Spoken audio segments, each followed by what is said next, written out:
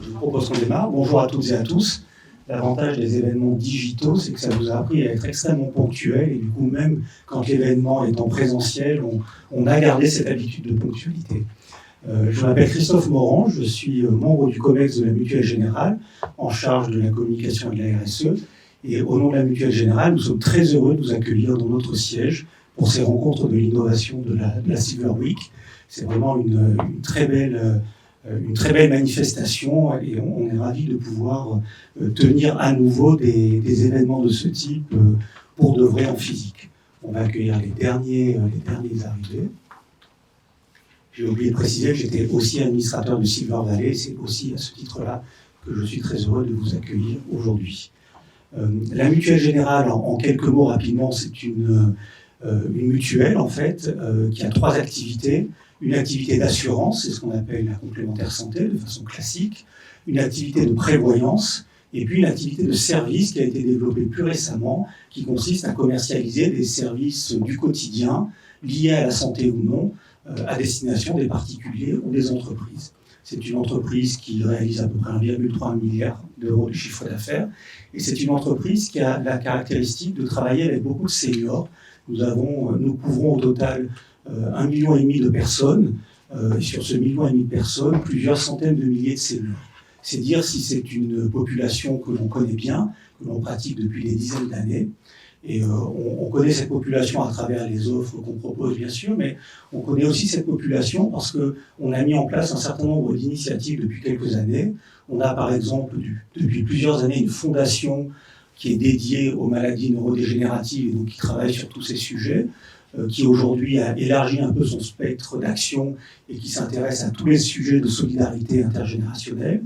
On a mis en place aussi en 2020 un observatoire dédié aux aidants, et plus particulièrement aux aidants qui sont en même temps salariés, c'est-à-dire qui ont accumulé leur rôle d'aidance ainsi que leur carrière professionnelle.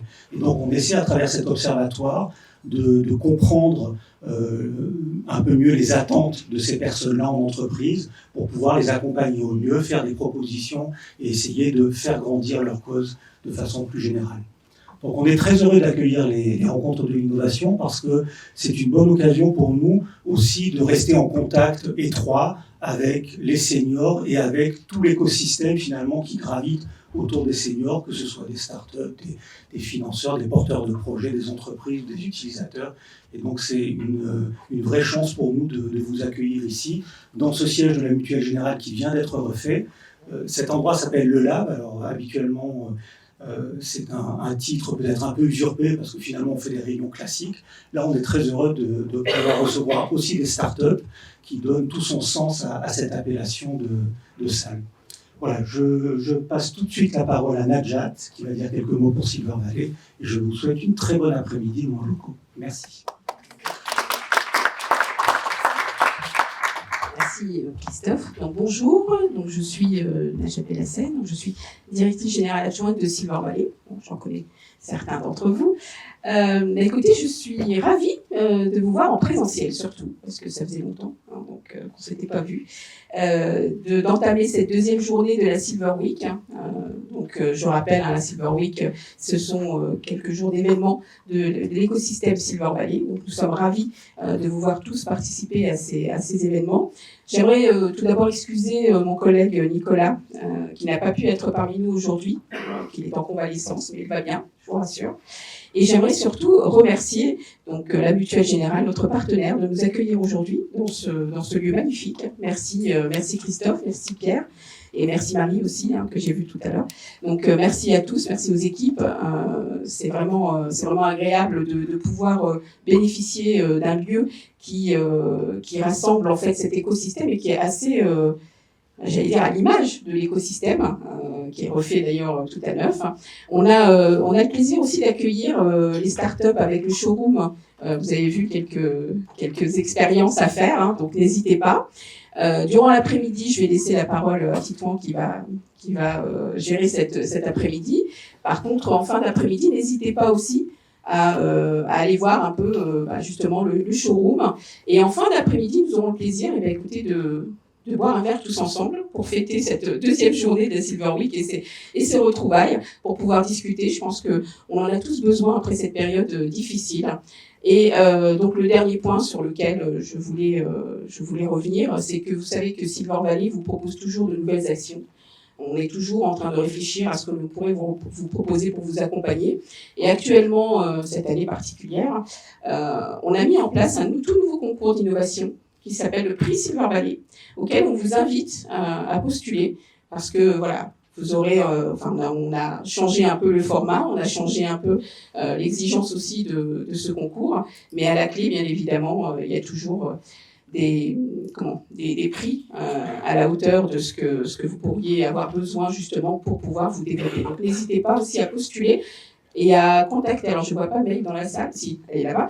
Donc, n'hésitez pas à vous renseigner auprès de Maïve concernant le prix Silver Valley. C'est une toute nouveauté de cette année.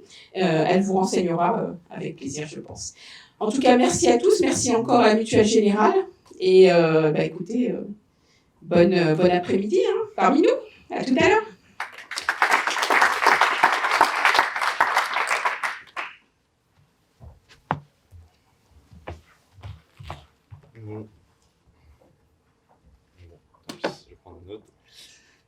Bonjour à tous et à toutes. Merci encore une nouvelle fois, on l'a déjà répété aux équipes de la Mutuelle Générale de nous accueillir du coup cet après-midi. C'est vraiment plaisant d'être dans un aussi beau lieu. Alors je vous préviens par avant, je suis pas habitué à parler dans un micro autant que Najat et Monsieur Morange, mais je vais faire de mon mieux en tout cas.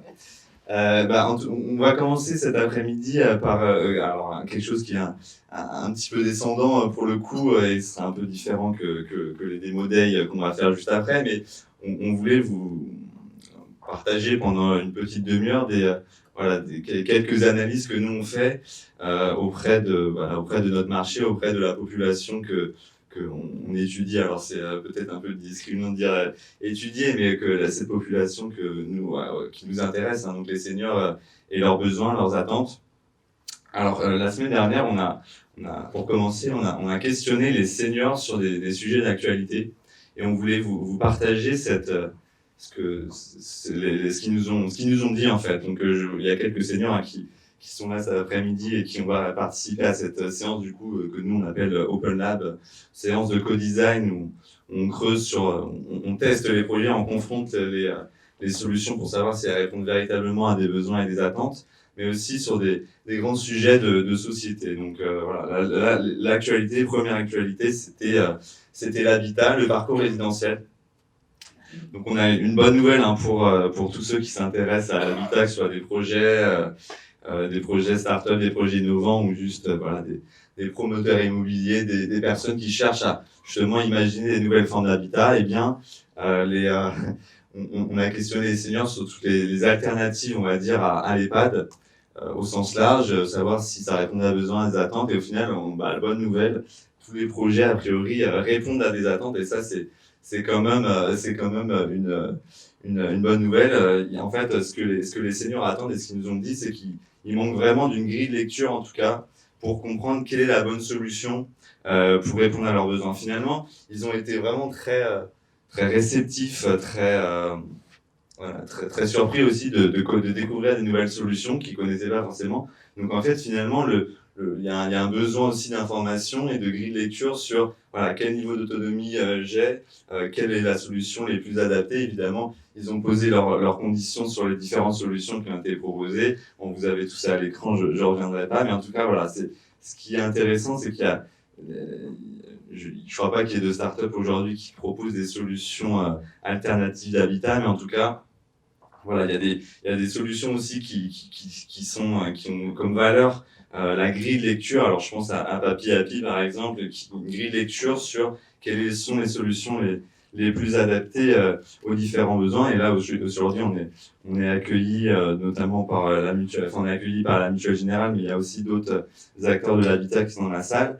Il y a des enjeux aussi de prescription de la part des prescripteurs habituels, donc la mutuelle, les mutuelles, les assurances, les groupes de protection sociale au sens large, mais qui ont les seniors aussi attendent cette prescription sur ces nouveaux modes d'habitat. Deuxième actualité, c'est MaPrimeAdapt. On a demandé, voilà, on ne sait pas encore grand-chose de MaPrimeAdapt sur exactement le fonctionnement. Alors pour ceux qui ne connaissent pas encore ce dispositif, vous connaissez peut-être MaPrimeRénov' pour la rénovation énergétique des bâtiments. Donc là, ça va être MaPrimeAdapt, une plateforme qui permettra de centraliser toutes les demandes d'aide à l'adaptation du logement. Donc voilà, on sait que c'est un peu un chemin de croix pour les seniors et finalement, il y en a assez peu qui demandent finalement ces aides car c'est assez compliqué, c'est très décentralisé, c'est très éclaté. Donc on fait une demande d'aide auprès de la collectivité, une autre auprès de l'ANA. Donc là, c'est quelque chose qui permettrait de... La valeur réside dans le rassemblement un peu de toutes ces aides. Ils ont trouvé ça très intéressant, les seniors. Ils ont dit évidemment que cette centralisation est la bienvenue. Aussi, on va dire, dans la sémantique et la façon dont c'est amené est un peu différente de la MaPrimeRénov'. La façon dont c'était amené, un peu l'image qu'il y avait, l'image de marque qu'il y avait derrière, même si là on ne sait pas grand-chose, mais la PrimeAdapt parlait aux seniors. Évidemment, ils ont posé quelques conditions. Ils ont dit, finalement, et c'est ce que je décris à l'écran ici, c'est que la demande d'aide, c'est finalement qu'une étape de l'adaptation du logement. C'est, voilà, une fois qu'on a fait la demande d'aide, ça veut dire qu'on a déjà construit un projet, on a déjà eu un bilan ergothérapeutique, et qu'on a déjà finalement été accompagné et qu'on a déjà une idée assez précise de ce qu'on a besoin. Et ça, on trouve ça assez paradoxal à Silver Valley. Vous allez le voir ensuite parce que on pressent, et je vais vous expliquer juste après pourquoi, qu'il y aura quand même une décorrélation entre prise en charge du vieillissement par les pouvoirs publics et adaptation du logement. On va le voir juste après, mais finalement, est-ce que la grande question, c'est est-ce que c'est au pouvoir public de prendre autant en partie autant en charge cette adaptation du logement. Donc voilà, réflexion prospective pour les prochaines années, mais en tout cas on va y revenir, vous en faites pas. L'autre actualité, c'est le plan anti-chute. Donc je vous rappelle les 5 axes de départ du plan anti-chute qui sont repérer et alerter les fragilités, aménager son logement, l'aide technique à la mobilité et l'activité physique et la téléassistance pour tous. Et après, un axe transversal qui est l'information et la sensibilisation grand public à, évidemment, la fragilité et la chute. Les seniors étaient plutôt en phase avec cette... alors, à chaque fois, je parle du point de vue des seniors, parce qu'on essaye de synthétiser, évidemment, tout ce qu'ils nous ont dit. Et on a synthétisé, du coup, en 5 axes. Ils ont retenu évidemment la téléassistance pour tous. Évidemment, toutes les téléassistances ne répondent pas à tous les besoins. Ils ont retenu le sport adapté, l'activité physique adaptée, qui a été également proposée dans le plan anti-chute. Voilà, pour rappel, qui a été présenté par le ministère via Madame Brigitte Bourguignon au courant février. Et les axes du plan anti-chute des seniors, ils nous ont dit il faut un soutien psychologique après la première chute. Bon, voilà, peut-être que j'enfonce une porte ouverte pour certains et qu'évidemment c'était déjà connu, mais c'est là où était on va dire le pain point en tout cas, c'était retrouver de la mobilité, retrouver sa pleine conscience après le plan anti-chute. Ils ont trouvé qu'une façon efficace de repérer les fragilités, donc voilà, on est assez à l'aise dans l'opérationnel, dans le concret, de savoir comment on faisait en fait pour mettre ce plan anti-chute en œuvre. Et voilà, ils ont dit un élargissement. Alors c'est un peu facile à dire comme ça parce qu'évidemment c'est éminemment plus compliqué à mettre en œuvre en vrai, mais que eux, un vrai prescripteur d'un bilan diagnostique, d'un bilan ergothérapeutique, c'était le médecin traitant. La base de tout pour les seniors et l'ensemble qu'on a questionné, c'était le médecin traitant qui était le point de départ, en tout cas, d'une sensibilisation anti-chute. Et assez concrètement, ils nous ont proposé, mais pourquoi on ne ferait pas un chéquier anti-chute? Et ça, c'est une idée où ils se sont à peu près tous rassemblés. C'est se dire, finalement, comment mettre en œuvre, typiquement, pas réinventer des aides existantes, pas réinventer d'autres moyens existants, mais juste pour qu'il y ait un peu une sensibilisation grand public, une sensibilisation élargie, comment faire. Il y a beaucoup de dispositifs qui existent, mais qui ne sont pas finalement tant mis que ça en œuvre, qui ne sont pas au maximum de leur exploitation, ils ont dit le chéquier anti-chute, on peut distribuer un peu attends, je ne sais pas exactement les conditions dans lesquelles ça doit être fait, mais voilà, bon pour un dans ce chéquier, on pourrait retrouver par exemple bon pour un bilan ergothérapeutique, un budget de, je ne sais pas, 20 € pour avoir une des techniques. Et pour eux, ce serait un moyen assez efficace, justement, que d'amorcer quelque chose dans la sensibilisation. Donc voilà, il y a beaucoup de dispositifs de communication qui existent, d'aide, de points info habitat dans les différentes collectivités, différents acteurs. Mais voilà, ils disaient le chéquier anti-chute était un bon moyen, en tout cas, de sensibiliser à cette problématique. Alors, je vais aller assez vite, hein, parce que sinon, vous avez tous envie d'avoir le show en prêt et de avoir les démonstrations. Mais voilà, le dernier sujet, c'était le rôle de l'Europe. Alors, voilà, je ne sais pas si il y a des collectivités dans la salle, mais en tout cas, je pense que ça va intéresser tout le monde parce que bon, c'est assez macro comme sujet, mais mine de rien, ça a son importance. On a demandé aux seniors, sur les sujets qui les concernent, le sujet des seniors, qu'est-ce que pourrait être le rôle de l'Europe ? Alors, très, très large question, mais finalement, ce qu'ils nous ont dit, c'est qu'ils attendent de l'Europe pas du tout des politiques économiques communes sur le sujet des seniors, donc c'est-à-dire pas un grand plan sur 10 ans d'économie sur, je sais pas, les retraites ou tout autre sujet, mais plutôt replacer le senior en tant que citoyen européen et finalement avoir eu, et on en reparlera juste après, c'est un des grands plans, enfin un des macro secteurs où nous pensons qu'il y aura des innovations à faire dans le futur, mais en tout cas replacer le senior en tant que citoyen, lui redonner une utilité sociale à l'échelle européenne. Donc là, ils ont dit pourquoi pas impliquer les seniors dans les faire participer à des plans de rénovation culturelle, écologique sur des grands sujets sociétaux. Voilà, pourquoi pas le rôle de l'Europe et ce qui était attendu de la part des seniors, en tout cas sur le sujet des seniors. C'était vraiment voilà, replacer le senior en tant que citoyen. C'était ça. Alors, ça, certains d'entre vous le connaissent déjà, mais pour ceux qui ne connaissent pas, c'est un peu cette discrimination, on va dire, ce profiling. Alors, non, c'est pas vraiment un profiling, mais ce découpage de la silver economy en trois. Donc là, pour certains, c'est évidemment très bien connu, mais nous, on a découpé en trois la silver economy. Et globalement, le marché des seniors, c'était un premier marché qui est marché de l'ajustement à l'avancée en âge, marché de produits et services grand public pour des seniors qui n'ont pas de fragilité, pas de dépendance, mais qui ont juste besoin de quelque chose pour améliorer leur quotidien.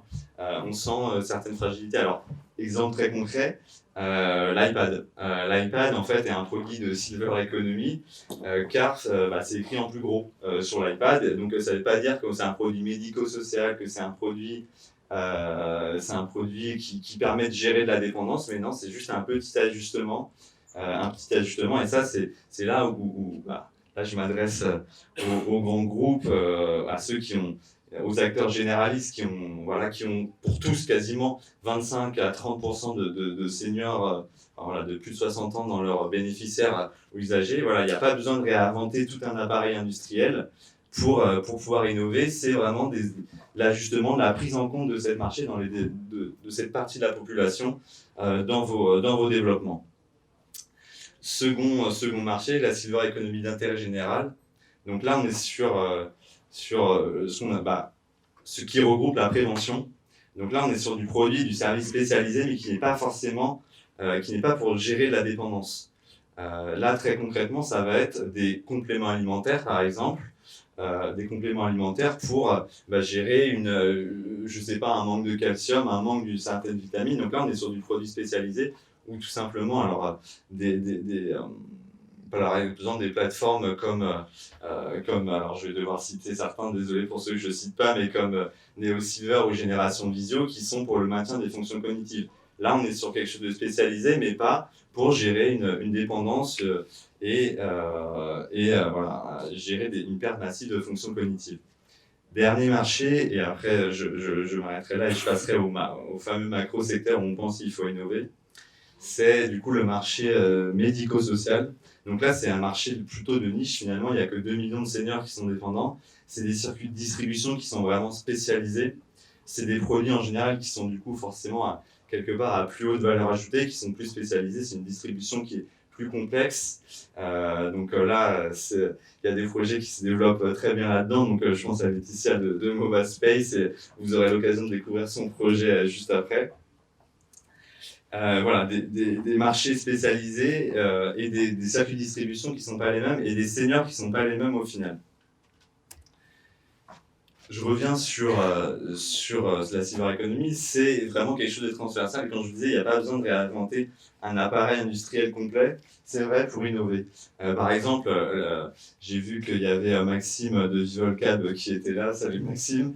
Les seniors sont seulement 5% des utilisateurs de solutions de mobilité. Donc là, on voit que même que des solutions de mobilité, donc comme VivolCab que Maxime porte, il y a vraiment des gros enjeux et des grosses marges pour répondre à des besoins, pour convaincre des seniors d'utiliser plus de solutions de mobilité. Donc là, on est sur les transports, mais sur la banque et assurance, c'est pareil. Les banques et assurances proposent de transmettre un patrimoine à ses enfants. Pourquoi pas transmettre en même temps, via des services extra-bancaires, des histoires de vie. Voilà, c'est plein d'exemples d'innovation où là, on est sur de la distribution généraliste. Donc ça, n'oubliez pas, les startups, que tous les acteurs généralistes, à peu près 25 ou 30% de leurs usagers qui sont, ou bénéficiaires ou clients qui sont des seniors. Là, quelques chiffres importants. Je ne vais pas m'attarder sur tous les chiffres. Alors, la présentation sera disponible en ligne. Mais premier chiffre super important, c'est 327 000 € de patrimoine moyen pour les sexagénaires. Ça, c'est assez intéressant. Ça veut dire que ce patrimoine, il va pouvoir être liquéfiable pour justement gérer une potentielle dépendance, assurer soi-même son avancée en âge.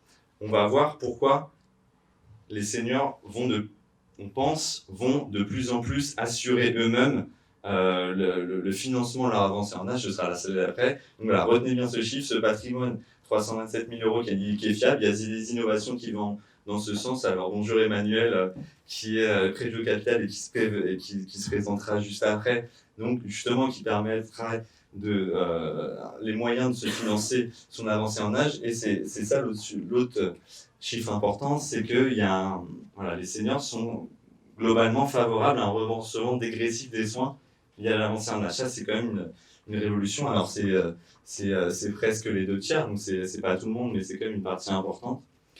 Et pourquoi ils sont autant favorables? C'est que finalement, c'est dû à un phénomène, les aidants. Donc là, c'est vrai que la Mutuelle Générale travaille beaucoup sur le sujet des aidants. Et en fait, ce qui va se passer, c'est que les aidants d'aujourd'hui, ils ont 54 ans en moyenne. Et ça veut dire ils ont aidé leurs parents. Donc, ils connaissent très très bien ce qu'ils ont besoin pour vieillir. Et du coup, ils sont beaucoup plus sensibles à la prévention. C'est-à-dire que des aidants de 54 ans, dans 10 ans, ils ont, vous savez compter, 65 ans, et c'est là où ils vont vraiment accorder un comportement, on espère, on pense en tout cas, un comportement beaucoup plus préventif que les générations d'avant, justement parce qu'ils auront été massivement aidants et qu'ils sauront que leurs parents, ils ont dû faire des investissements à telle hauteur pour pouvoir adapter leur logement, qu'ils ont dû du coup payer, pourquoi pas un établissement. Donc, quand je disais que la liquéfaction du patrimoine, alors là, tout se rejoint, ils ont du patrimoine qui est liquéfiable pour justement payer cette avancée en âge, et ils se disent bien, finalement, le vieillissement, c'est plus une maladie, c'est plus, il y a quelque part une décorrélation entre sécurité sociale et financement de l'avancée en âge. Voilà, tout est dit sur la slide, donc je vais pas en dire plus. Et deuxième macro-secteur où on pense qu'il y aura de l'innovation à faire, c'est le pouvoir d'agir, l'utilité sociale. Quand on passe à la retraite à 60 et quelques années, finalement, on a 10 ans.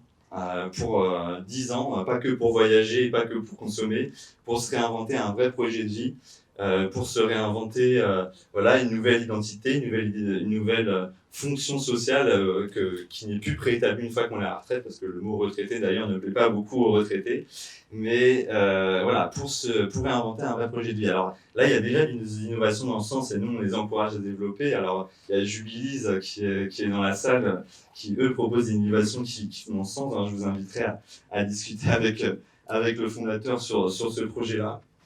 Donc voilà, c'est se réinventer. Donc, on sait qu'il y a beaucoup de seniors qui font du bénévolat. Il y a beaucoup de seniors, allez, ce sera mon point d'après, mais qui sont investis dans la vie publique de proximité.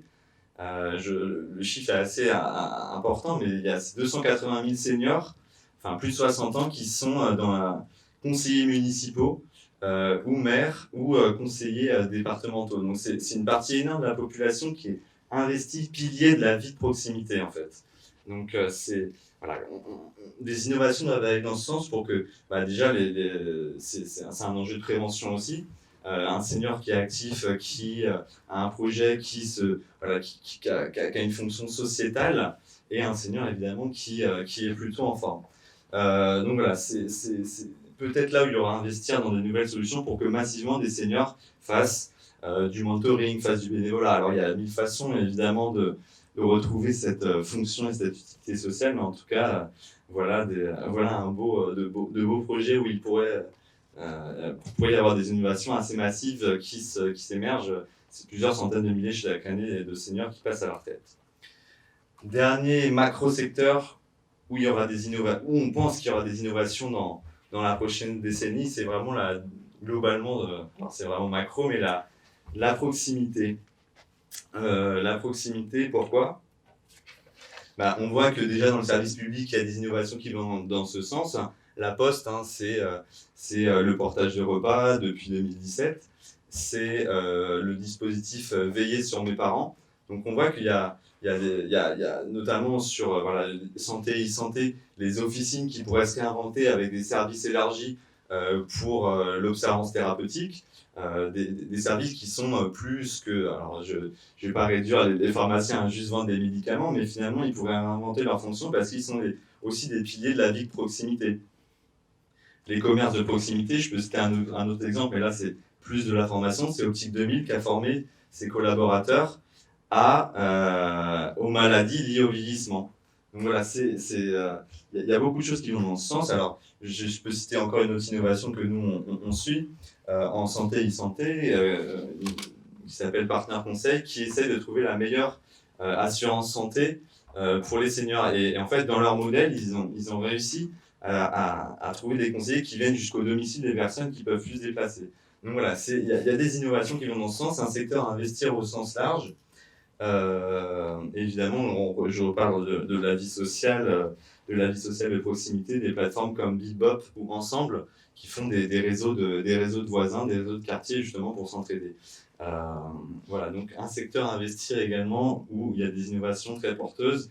Je reviens pour conclure sur un peu 4 signaux, en tout cas 4 mutations que nous on pressent dans la prochaine décennie. Fluidité résidentielle, là un paradoxe également, mais on se dit que les seniors, dans leur vie professionnelle, ont été plus mobiles que la génération d'avant. C'est-à-dire qu'on était plus disposés, et là c'est des chiffres de l'INSEE, à se déplacer, changer de résidence, changer de ville, de région pour le travail. Donc voilà, on se dit que ça pourrait changer dans les prochaines années, avec une fluidité qui serait plus grande. Alors évidemment, avec un paradoxe, c'est que 74% des seniors sont propriétaires de leur logement. Donc il peut être aussi un frein. Donc là, il existe un paradoxe, mais on pense en tout cas qu'il y aura une fidélité résidentielle qui sera augmentée. Tout ça, on va le mesurer pendant l'année via des études quantitatives, donc des chiffres qui seront disponibles. Donc on va étudier ces 4 signaux. Deuxième signal, proactif dans la longévité, je le disais. Donc là, c'est cette sensibilité plus grande à la prévention. Les compétences digitales, alors là, c'est encore quelque chose qu'on doit mesurer parce que, évidemment, maintenant, les seniors qui passent à la retraite maintenant ont tous utilisé le smartphone dans la vie professionnelle. Ont tous dépassé la compétence du traitement de texte dans leur vie professionnelle. En fait, c'est ça c'est finalement, pour une grande partie, la vie professionnelle qui a formé les seniors et les actifs à l'utilisation d'outils informatiques. Donc, les seniors qui passent maintenant depuis 4-5 ans et peut-être un peu plus, ont tous utilisé un smartphone, des applications grand public dans leur vie professionnelle. Donc c'est pas forcément WhatsApp ni voilà, des applications grand public, mais aussi des choses comme France Connect, Impôts.gouv aussi, qui permettront d'obtenir une certaine autonomie numérique et voilà, des compétences qui dépassent le traitement de texte ou en envoie d'un mail, qui permettent d'être totalement autonome sur le plan numérique, et évidemment la situation des gens dont j'ai parlé. Bon, je vais un tout petit peu parler de Silver Valley pour rappel à certains, mais ça va être très rapide. Dans votre adhésion, on a essayé de construire quelque chose d'assez test and learn via nos différents services. Donc, apprendre, vous avez sur notre site maintenant depuis 2 mois une plateforme de contenu qui rassemble plein de données assez opérationnelles, qui sont le résultat aussi de nos séances de co-design avec les seniors. De données opérationnelles, donc ça fait 3 pages, et le but c'est en 3 pages, vous ne faites pas des rapports de 50 pages, mais 3 pages où on essaie de faire apprendre quelque chose aux gens qui sont sur la silver economy, la longévité, l'entrepreneuriat, plein de sujets de société sur lesquels on a questionné les seniors. Alors construire, c'est, vous connaissez très bien pour la plupart les accompagnements qu'on peut faire aux entrepreneurs et pas que, aussi à chacun qui porte un projet ou souhaite porter un projet, en tout cas sur le secteur de la longévité, on essaye, on fait au mieux avec toute l'équipe pour vous proposer nos idées, nos solutions pour que vos projets avancent. Et le dernier, c'est mesurer. Alors on a industrialisé ça depuis l'année dernière, mais que vous puissiez confronter vos solutions à la communauté d'usagers. Donc c'est ça, revenir, apprendre sur le site, construire ensemble dans les différentes séances qu'on fait, et les experts qui sont toujours très sympathiques de mettre leurs compétences à disposition pour vous,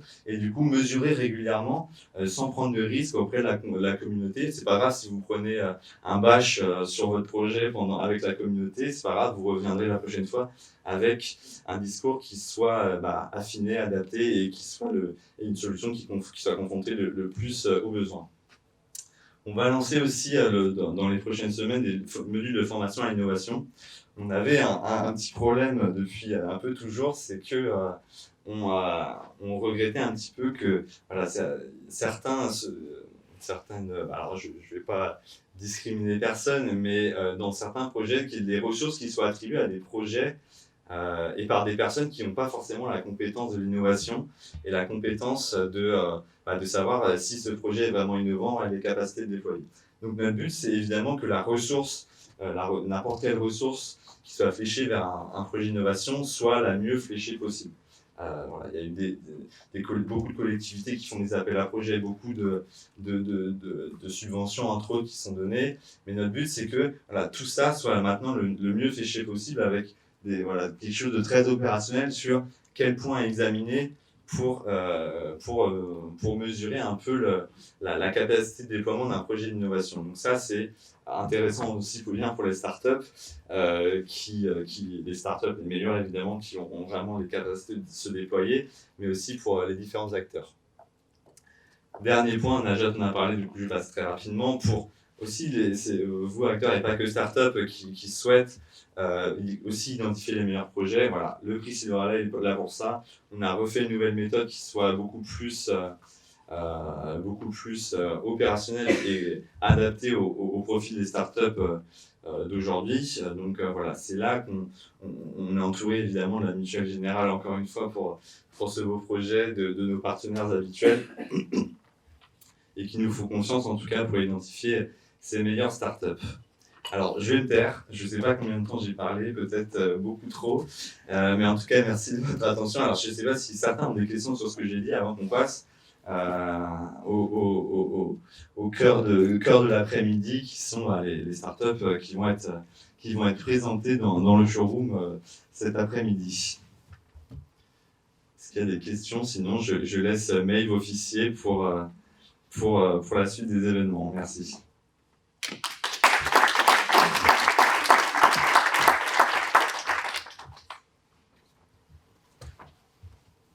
Bonjour à tous, donc on passe au moment que vous attendez. On va inviter 11 startups qui sont présentes aujourd'hui avec nous pour vous expliquer leurs solutions, vous donner envie de venir les rencontrer donc juste après. Alors, est-ce que Rodolphe est arrivé?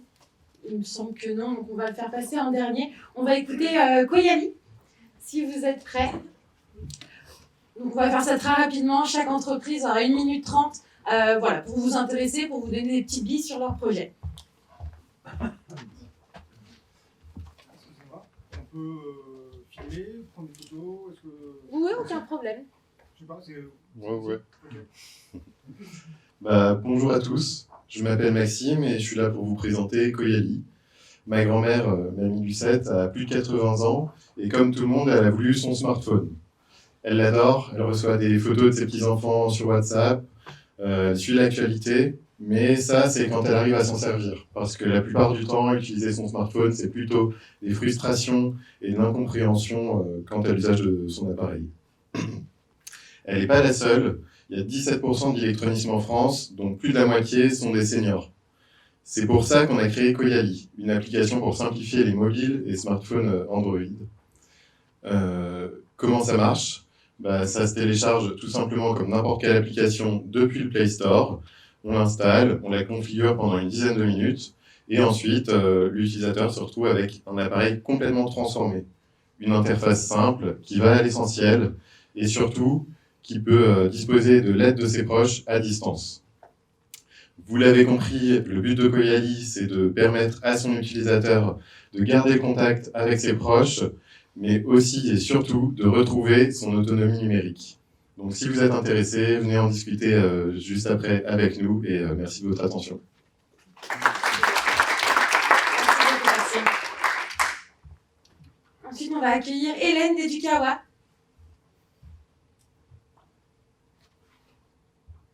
Donc vous aurez l'opportunité juste après. Donc toutes les startups auront un petit coin dans cette pièce, donc n'hésitez vraiment pas à aller les rencontrer, échanger et tester les solutions quand ils les ont apportées. Bonjour, Hélène Boulet-Suppot. Donc moi je vais vous parler d'Edukawa, qui est un site internet qui forme les parents et les grands-parents sur la façon d'apprendre à l'école, sur les apprentissages scolaires. Donc, pourquoi faire un truc pareil quand on est grands-parents ? Là, on s'intéresse plutôt aux grands-parents. Parce que quand on est grands-parents, on a envie de se sentir utile. Titouan en a parlé juste avant. On a envie de se sentir utile parce que ça fait partie, se sentir utile, ça fait partie du plaisir de la vie, tout simplement.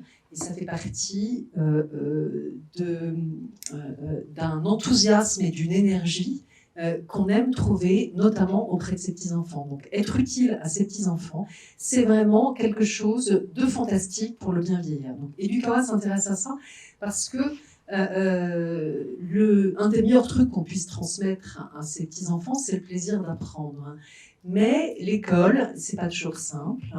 Les termes ont changé, tout est un peu nouveau, les méthodes ont changé. Et puis, quand on n'a pas fait d'études soi-même, on ne se sent pas forcément légitime. On ne se sent pas en confiance vis-à-vis de l'école.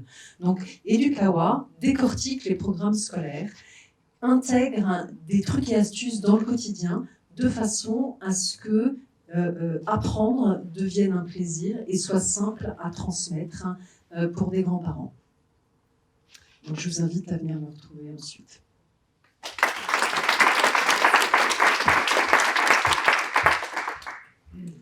Laetitia de Hello Startup. Merci Maëlle. Merci. Bonjour à tous. Bon, je vais le garder. Merci de nous accueillir déjà.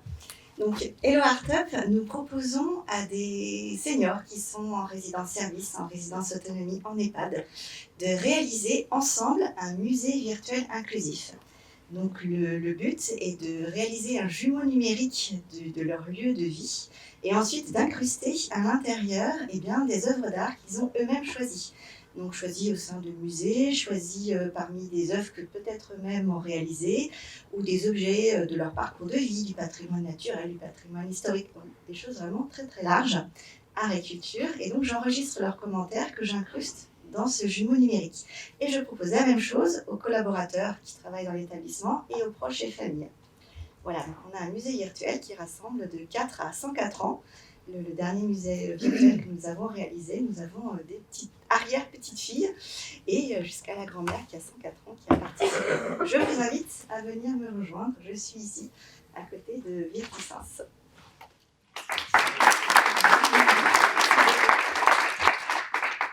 Est-ce que l'équipe de l'INCA pourrait venir?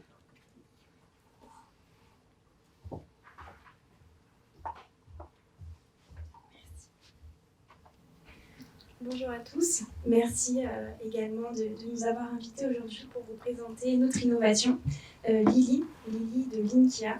Lily est un aidant numérique, proactif et interactif à destination des personnes en perte d'autonomie, des personnes fragiles qu'on va leur mettre à domicile. Donc Lily se présente sous la forme d'une tablette déposée sur un support. C'est bien plus qu'une tablette puisqu'elle a pour visée de maintenir la personne à domicile le plus longtemps possible, de recréer du lien intergénérationnel, de lutter contre l'isolement et surtout de rassurer les aidants au travers de 3 fonctionnalités qui sont reliées à une application mobile justement qu'a la famille et les aidants. Une première fonctionnalité de rappel cognitif, donc nous on appelle ça une prothèse mémorielle où les aidants vont pouvoir inscrire des rappels et Lily va tout simplement faire le rappel en temps voulu. Donc, on a un soutien mémoriel, ça peut être des rappels d'anniversaire, des rappels de rendez-vous, des rappels de prévention. On a aussi une fonctionnalité de téléassistance avec un bouton d'appel d'urgence et une analyse de présence qui va permettre d'avertir les aidants et la famille en cas de problème. Et une fonctionnalité liée à la communication. Donc on va avoir une visio, la visio très simplifiée sans apprentissage et la réception de photos par les seniors de la famille. Donc on a aussi toute une partie de R&D, en fait, de pôle de recherche et développement qui vise à valider que notre outil est également un outil de remédiation cognitive. Donc tout récemment, on a créé un partenariat avec la Fondation Recherche Alzheimer qui nous soutient sur ce projet. On travaille également avec le CHU de Saint-Étienne ou encore le laboratoire de neurocognition de Grenoble qui nous accompagne justement sur le développement de notre outil qui vise à justement valider cette remédiation cognitive. Donc voilà, on est juste là-bas, n'hésitez pas à venir nous voir. Merci. Est-ce que Laetitia de MobaSpace pourrait se joindre à nous, justement? Bonjour, je suis donc Laetitia Lamazou, cofondatrice de MobaSpace, et moi je fais partie de la niche qu'évoquait tout à l'heure Titouan du médico-social. Voilà. Nous, notre solution, elle s'adresse à l'univers des personnes âgées et dépendantes, en perte d'autonomie plutôt. Alors, pour vous planter un petit peu le contexte, que ce soit au domicile des personnes âgées en perte d'autonomie ou en EHPAD, les soignants, ils ont peu de temps pour mener à bien leur mission de soins. Et ce temps qui manque, eh bien, ça impacte le travail de ceux qui sont venus ce jour-là dans l'équipe. Ça impacte aussi la qualité de la prise en soin des personnes âgées dans ces établissements ou à domicile. Et puis, ça a un coût RH, évidemment, pour les employeurs. Et c'est pour ça que nous, chez MobaSpace, on a mis en place un outil optimisé, qui est en fait plusieurs outils optimisés, qui sont destinés à faire gagner du temps aux soignants, à mieux s'organiser et à tracer les données plus facilement.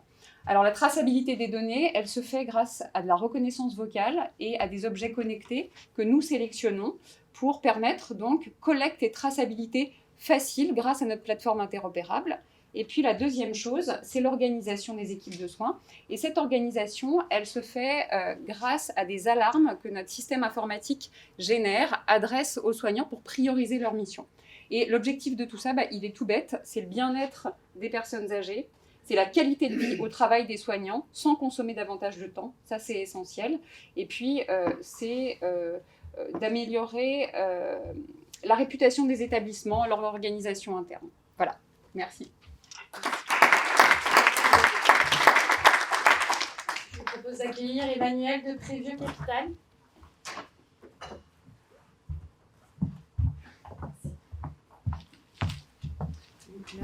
Merci, bonjour à tous. Alors Prévieux, nous on est une solution responsable du financement du bien vieillir. Comme l'évoquait Titouan tout à l'heure, on est face à un paradoxe qui est que les seniors ont besoin d'argent pour vivre, de liquidité, pour vivre mieux ou commencer à transmettre, et que beaucoup n'ont pas cette liquidité alors que même ils sont propriétaires pour plus de 70% d'entre eux de leur résidence principale. Alors, évidemment, il y a des solutions qui existent, en particulier il y a le viager qui leur permet de monétiser leurs actifs, mais le problème du viager, c'est que de facto, il est quasiment il est peu utilisé et quasiment uniquement par des gens qui n'ont pas d'enfants parce qu'il y a le risque important de léser ses ayants droit. Et c'est vraiment une solution dans laquelle il y a un gagnant et il y a un perdant. Avec Previo, nous, on met en place une solution qui se veut vraiment gagnant-gagnant et qui enlève complètement le côté de pari sur la mort. Donc, comment ça marche ?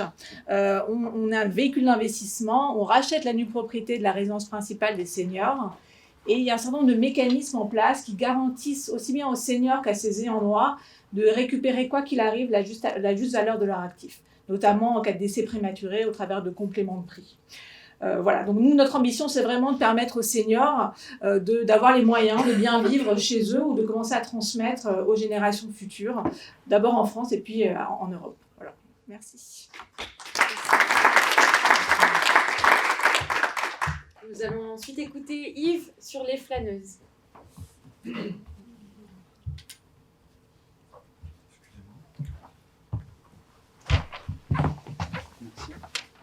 Bonjour à tous. J'ai un anti-sèche pour être synthétique et essayer de vous présenter correctement notre projet. Donc moi j'ai cofondé une start-up il y a 4 ans du nom de EE avec une ambition, changer le regard sur l'environnement des personnes âgées, des personnes fragiles. Pendant 3 ans, nous avons co-construit avec elles et avec les personnes qui sont devenues nos clients, aujourd'hui des établissements recevant du public.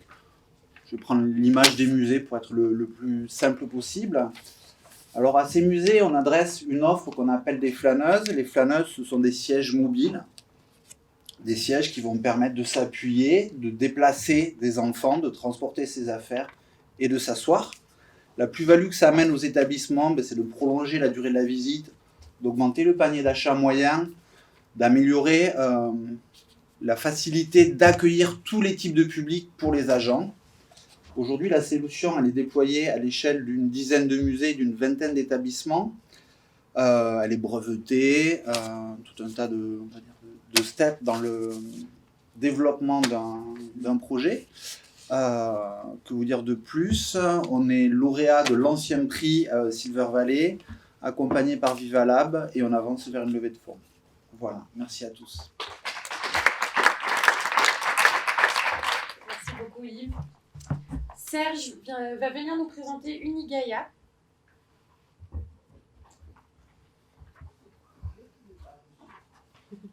C'est pas la peine de courir, on n'est pas pressé.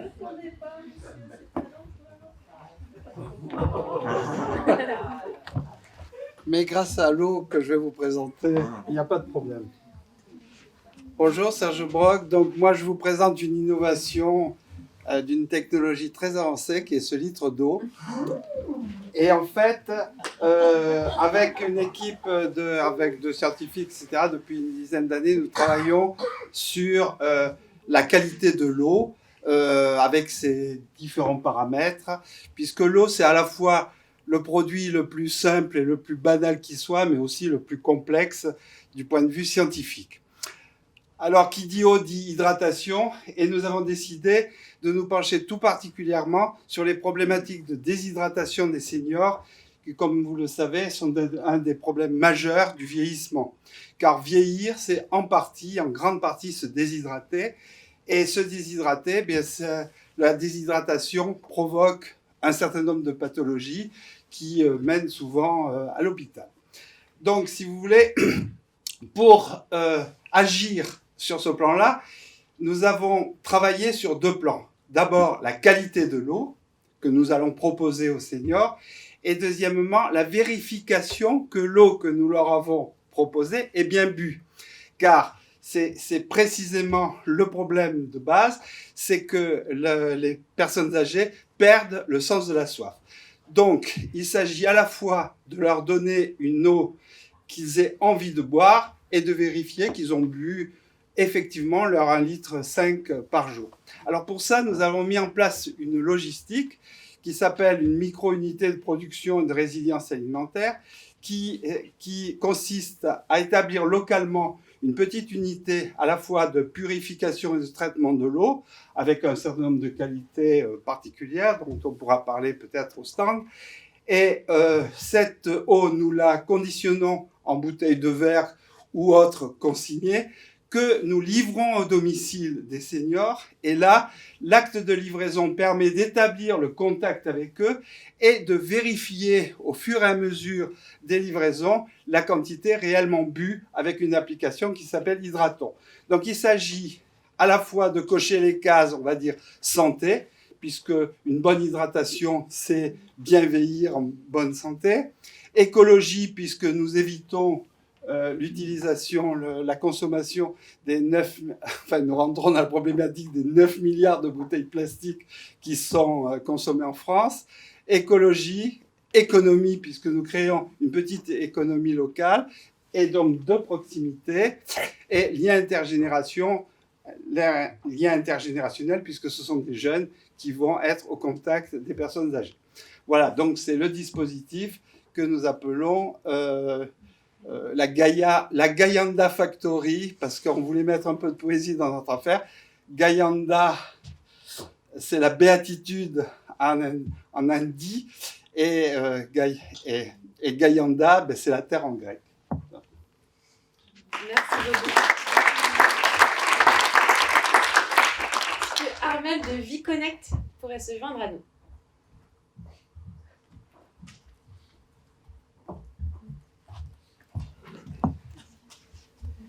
Bonjour à tous. Aujourd'hui, je vais vous parler d'un sujet un peu tabou, qui est le sujet de l'incontinence des personnes dépendantes. La difficulté de la prise en charge de l'incontinence, et en particulier dans les EHPAD, c'est de savoir quel est le bon moment pour changer les protections. Et surtout la nuit, si on veut préserver autant que possible le sommeil des résidents. ViConnect a développé ce capteur, le capteur Seco, qui se place dans la protection absorbante et qui envoie des alertes au personnel soignant sur une application mobile, c'est-à-dire sur un téléphone portable, pour lui indiquer à quel moment la protection est saturée et donc à quel moment il faut la changer. Le principal bénéfice de cette solution, c'est d'abord et avant tout le confort et le bien-être des résidents, qui vont passer moins de temps dans des protections saturées, et donc de ce fait, on va réduire les risques de problèmes cutanés. On va également diminuer jusqu'à 60% l'occurrence des lits souillés, c'est-à-dire que des protections ont débordé parce qu'elles n'ont pas été changées à temps. Et ça, c'est un bénéfice non seulement pour préserver la dignité des résidents, parce que ça peut être humiliant pour une personne de se réveiller dans un lit mouillé, mais c'est également un bénéfice pour les soignants qui vont faire moins de manipulations lourdes pour changer les draps. On a montré qu'on peut faire gagner 26 minutes par jour et par soignant en moyenne, et ce temps peut être redistribué sur d'autres tâches au profit des résidents. Voilà, ce capteur, c'est une innovation française, il est fabriqué en France, et je vous invite à venir le découvrir sur le stand de Gap. Merci.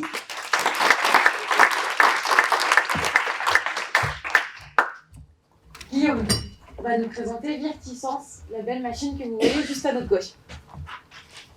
Bien, bonjour à toutes, bonjour à tous. Donc, je m'appelle Guillaume Lucas, je suis cofondateur de Virtisense. Effectivement, on est venu avec un dispositif pour vous faire essayer. Qu'est-ce qu'on a fait? On a essayé de développer, de fabriquer, de commercialiser une capsule multisensorielle immersive.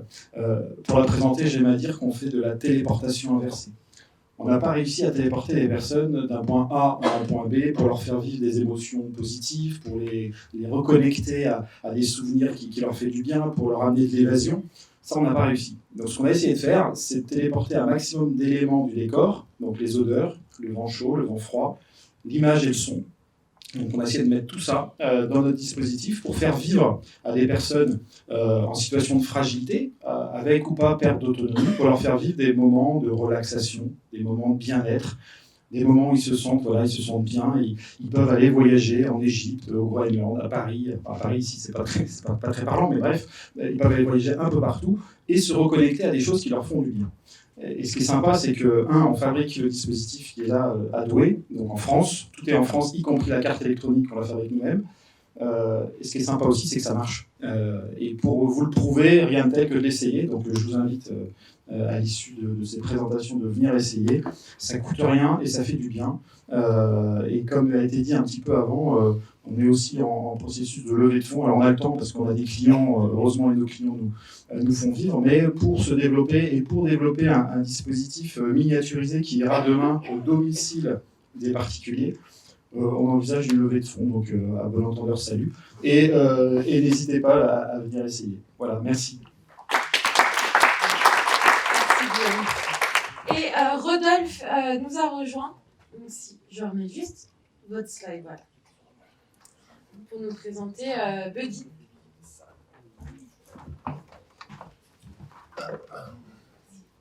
Merci, désolé pour mon retard. Alors, bonjour à tous, je m'appelle Rodolphe Hasselmander et je suis le fondateur de Blue Frog Robotics. Et nous, par là c'est mieux. Okay. Et donc nous on développe des robots for good, donc des robots pour aider les gens, les assister dans leur vie quotidienne. Et avec la vision que demain on vivra tous avec des robots, comme on a tous des ordinateurs et des smartphones. Et aujourd'hui, en fait, on adresse les marchés professionnels en B2B, en B2B2C, sur des verticales à impact, que sont l'éducation, l'inclusion au sens large, et ce qui nous rassemble aujourd'hui, l'assistance aux personnes âgées. Et donc pour ça, on a développé une solution qui s'appelle Buddy Pro, qui est basée sur notre robot ici présent, qui s'appelle Buddy, pour ceux qui ne connaisseraient pas, et qui est un robot, en fait, compagnon, émotionnel. Bon, là, j'ai baissé le son, sinon il nous embête un peu à parler tout le temps.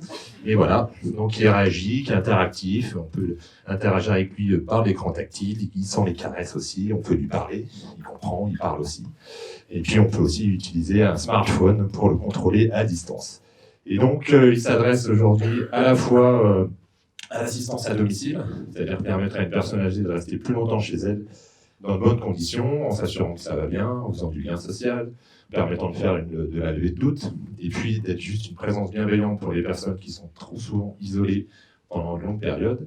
Et puis aussi, on déploie le robot dans les EHPAD et autres résidences seniors pour faire de l'animation, renseigner les gens, accueillir les visiteurs, et puis aussi, pourquoi pas, patrouiller la nuit pour éviter que les personnes se perdent et ne rentrent pas dans leur chambre. Et bon, vu qu'il est tout mignon, il fait pas trop peur, donc voilà. Donc on a déjà déployé au moins à peu près 1000 robots sur toutes nos verticales. Et puis voilà, on est ici pour essayer de trouver d'autres partenaires, que ce soit des mutuelles, des assureurs, téléassisteurs, les EHPAD et autres, pour qu'ensemble on déploie plein de buddies qui vont redonner le sourire à plein de personnes âgées. Voilà. Et puis donc on a un stand de quelque part, mais vous le trouverez bien buddy, je pense.